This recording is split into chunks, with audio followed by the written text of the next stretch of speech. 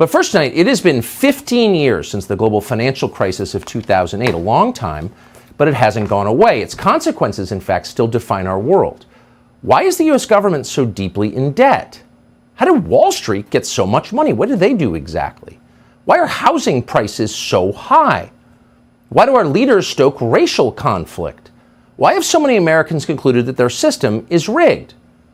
In every case, the answers to those questions is the same. It all began in 2008.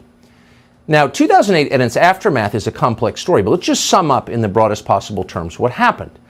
Big financial institutions took foolish risks and nearly blew up the entire U.S. economy. We knew right away what had happened and who did it, but nobody was ever punished. The reckless bankers responsible got off. So did the politicians who encouraged the reckless bankers to be reckless. Nobody went to jail. Nobody was even banished from the industry. In fact, some of the wrongdoers even got their bonuses that year. So we had economic collapse, but it didn't hurt them at all. Why? Well, simple. The government bailed out the banks. That was controversial, but bipartisan. And at the time, they told us in bipartisan fashion that they were saving capitalism. But they weren't. In fact, they were inverting capitalism. What happened next is very simple. Wall Street was allowed to privatize its gains, but socialize its risks. That meant if things went well, the finance people got rich, in fact, richer than any group in human history. But if things went south, the government, you, would swoop in to save them. Pretty good deal. But for more than a decade, very few complained about this arrangement because things went very, very well. Wall Street boomed. And the root of Wall Street's success, no matter what they tell you, was low interest rates. Not new innovation, low interest rates. Low interest rates make a bull market inevitable. So in a normal, non-distorted capitalist economy, companies become valuable, more valuable, when they produce more goods and services that people want to buy. The biggest bank collapse since the 2008 financial crisis, and it shut down today. It's called Silicon Valley Bank, and it is one of the tech industry's largest lenders, also lends to individuals across the country. It is now under control of the federal government. It was a sudden implosion, and it came after a run on deposits. So the bank stock lost 80% of its value this week, 60% in one day alone, yesterday. This morning, shares halted. It was over quickly. And then police showed up at the bank headquarters in California today. You're looking at that here. Customers reportedly even lined up at a bank branch on Park Avenue in New York City. The NYPD showed up there. Those customers demanding their deposits back. Now, to be clear, Silicon Valley Bank is a huge bank, and its customers include individuals as well as household names you may know, like Airbnb, Pinterest, Cisco. And this is a way bigger story. The entire banking industry is feeling the impact.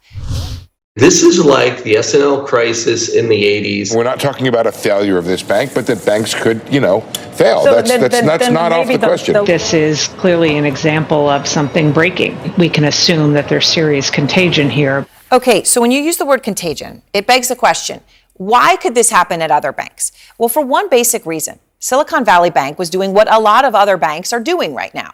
SVB took customer deposits, and they went and invested that money in other things like U.S. government debt and mortgages. And they had been doing that for quite a while. Well, when the Fed started to hike rates aggressively, that meant that Silicon Valley Bank immediately lost money on those investments. And at the very same time as they were losing money, as interest rates rose, those bank customers, those depositors, they needed to withdraw more money. So SVB started to sell assets, losing money just to raise the money needed to make good on deposit withdrawal requests.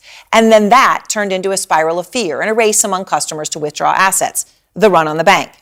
And yesterday afternoon, the CEO of Silicon Valley Bank, his name is Greg Becker, hosted a call with clients and said, quote, "My ask is to stay calm because that's what's important.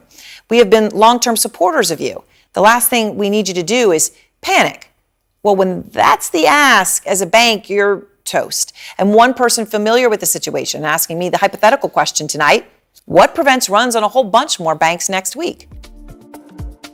The United States pays more for drugs than any other country. They're profiting from what is fundamentally a broken system. Every calculation that I made clearly demonstrated this is not anymore a regional outbreak, but the virus has already spread worldwide. Johnson & Johnson announcing that it's going to be splitting into two publicly traded companies. I am living, have lived, and want to continue to live best I can. Revenue from U.S. retail pharmacies reached a record $465 billion in 2020. The United States pays more for drugs than any other country. Drug prices are totally irrational. Something that should cost $2 often costs $300 because of the complicated relationship between insurance companies and pharmacies and coverage. Millions of people get their prescription drugs from pharmacies like CVS, Walgreens, and Rite Aid. I like to describe it as if the pharmacist really being the most accessible healthcare professional. It's the last provider that most patients see before going home. Those in the industry say maintaining a dynamic pharmaceutical delivery system helps the consumer save money. Patients have a wide array of choices on which pharmacy they like to go to. They're likely going to go to the pharmacy that gives them the best experience and the lowest cost for their medications. But nearly 1 in 4 Americans say it's difficult to afford their medications, according to a March 2019 poll by the Kaiser Family Foundation. I'll do whatever it takes to help a consumer find a fair price. They're profiting from what is fundamentally a broken system. It is fundamentally a deep problem we have. It's Tisha Powell. Folks, do me a favor and just hit that free like and that free subscribe button. Thank you so much. So we have 4 minutes to go. Breaking business money news from New York, USA. Like Tucker Carlson was saying, the United States dollar is dying. I've been telling you this on the program for months, if not years. The things that are causing the dollar to die. First of all, we owe $32 trillion. We're never coming out of $32 trillion. Pharmaceutical companies, they actually bill Medicare and Social Security. Some of these medicine costs $1,700 per month.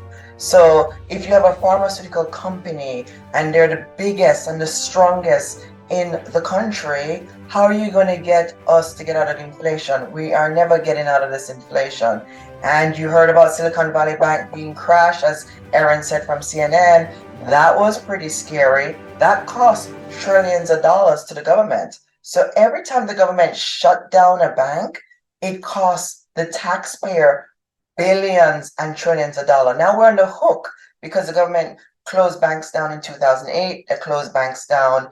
Silicon Valley Bank just got shut down for no reason. It just got shut down. Okay, government said I'm going to shut it down. They shut it down. This is why they did SEC versus XRP. It's because they are creating a lot of chaos. So what's going to happen?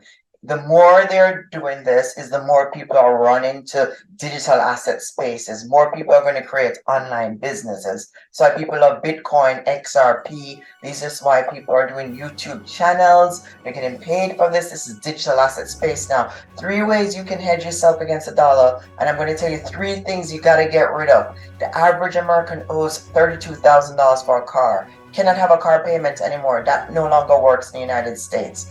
The average American owes $15,000 on credit card. You can no longer afford to own that much debt.